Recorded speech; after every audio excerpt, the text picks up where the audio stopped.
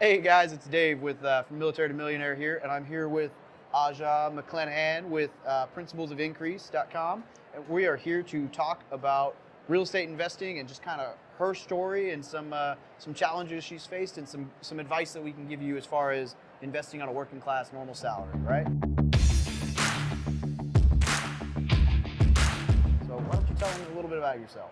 I'm Aja McClanahan, and like David said, and I am the founder and creator of Principles of Increase. And I started the website after my husband and I paid off over $120,000 worth of debt. Wow. Because I had so many questions. People were like, "How did you do that? What did you do?" So I started the blog to like mass mentor people. Yeah. And so fast forward, after, it's been a few years since we paid off all the debt.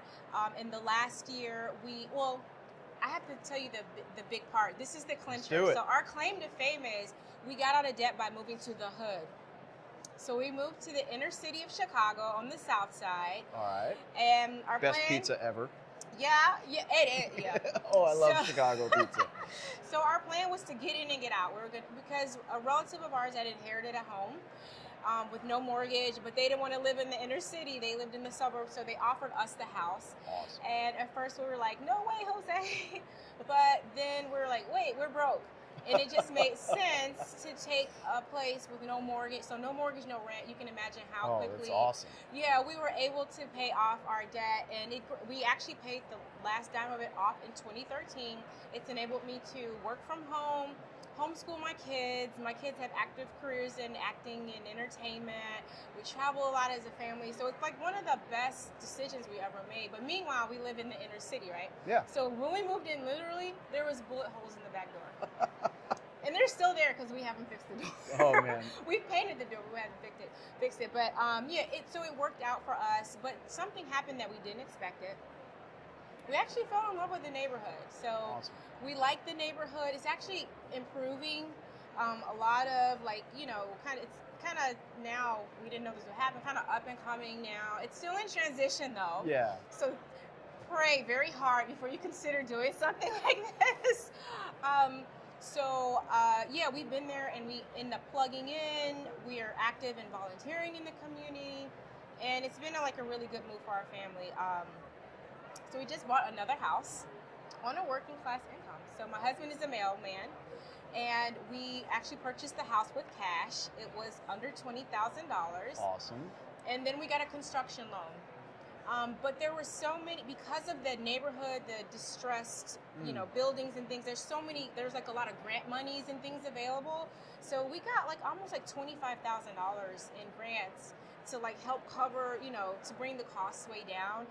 There's no PMI. So there's so we got a decent deal. I didn't want to go back into debt, but we actually have another property that we will use to cover the mortgage payments. So we have a few backup plans to make it work. But yeah, we are working class income, and we've been able to start our real estate investing journey. So for those of you who don't know, there was a lot in there to uncover, but just so you're aware, PMI, private mortgage insurance, is basically a cost that you pay whenever you're over 20% debt, when you're less than 20% down on a mortgage, and it's basically a waste. It's a government thing that you have to do. It's honestly like the bane of my existence on my first duplex. I didn't understand the VA loan. I used an FHA loan. Awesome opportunity, but I pay like $80 a month in PMI that I wouldn't be paying on the VA loan, and there's no way for me to fix it now. So until I get below that 20% or the 80% debt to value, I'm stuck footing the bill for $80 a month for nothing. I mean, it's a pain. It's if you don't nothing. have to, So try to avoid it. yeah, if you can avoid PMI, great. But that's an awesome story, and the fact that I love the fact that you were able to buy. I mean, it's in an area that people normally wouldn't think to move, but a $20,000 house. Oh, it was less than that. That's awesome. I mean, you can't, the risk there is so mitigated, because at the end, 20 grand is, don't get me wrong, that's a lot of money to lose, but if you lost every penny that you were invested in that, the upside is so much bigger and so much more awesome. I mean, that's so cool. Yeah, and then if we lost everything, we do have our primary residence that's debt-free. So we will always have a place to live, so we try to have a few backup plans. But yeah, the idea is that for a long time we were scared because we don't have the money, but if you look if you're a little creative, like you said, the FHA loans, the VA loans, there are options if you're willing to move into kind of an under-resourced neighborhood. There's a lot of grants and opportunities there, so that really helped us out. So you can do it. You just have to be smart about it and just wise, with your resources. I hope you guys are hearing the common theme here with the last interview and some of the other interviews that we've had at FinCon, that buying a property as an investment and with a rental and an outcome in mind will lead to success. Even if it means that it might not be your dream home, it's okay. I mean, it's like everything, right? What's better, buying a Tesla now or waiting 40 years and investing all that money and then buying a Lamborghini when you're retired? I mean, not to say that that's a wise decision in either case, but thinking about the long haul, and I can't think of the official term The long now. game. It's a long game. The long game, the delayed gratification. There we go. Think of now as time to build and grow, and later as time to enjoy. I mean, don't not have fun now. Don't get me wrong. Have fun, but sometimes you got to make the maybe not the ideal decision to set yourself up for success. And so having a mansion is great and all, but having a mansion ends you not in a mansion later, whereas living in a not mansion now that rents and profits and invests and grows will lend you very content later on in life and afford you the opportunity to teach and grow and help others, which is just awesome. So what if you were to run into a young couple or single individual or just somebody starting out, what do you think would be like your number one, whether finance or real estate tip that you would want to give? What do you wish somebody had told you when you were 18? Well, I actually do run into young couples a lot, and my mantra is I try to tell people exactly what you said. Don't rule out the possibility of maybe a duplex, because then you are reducing the risk that you'll default on your loan. You have some extra income.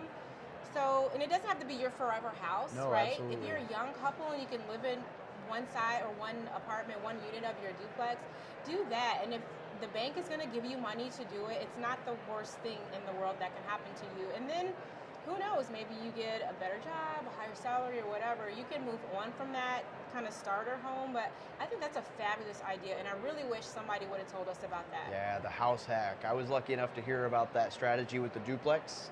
Now you guys have heard my story about the FHA house hack I did on recruiting back in 2015. And it went very well. It was awesome. So I would argue, I mean, we mentioned the bank debt, and I'm kind of not necessarily a different mindset, but so debt is bad, don't get me wrong. Like, having no debt is always better than having debt.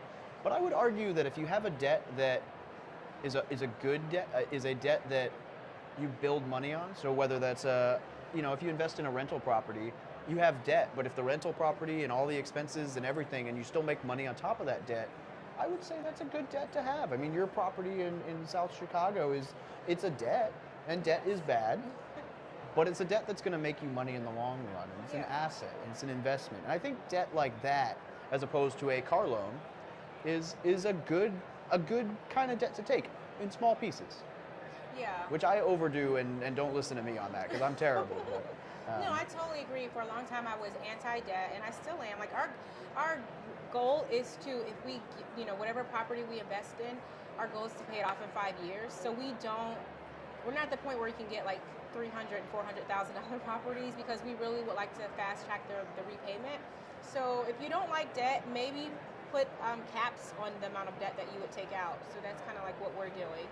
Awesome. So, thank you very much for joining me, Aja. Why don't you tell them where we can find out more about you and hear more about your story? yeah, so you can go to my website, principlesofIncrease.com, and there you can find all my social media handles, including my YouTube channel. All right.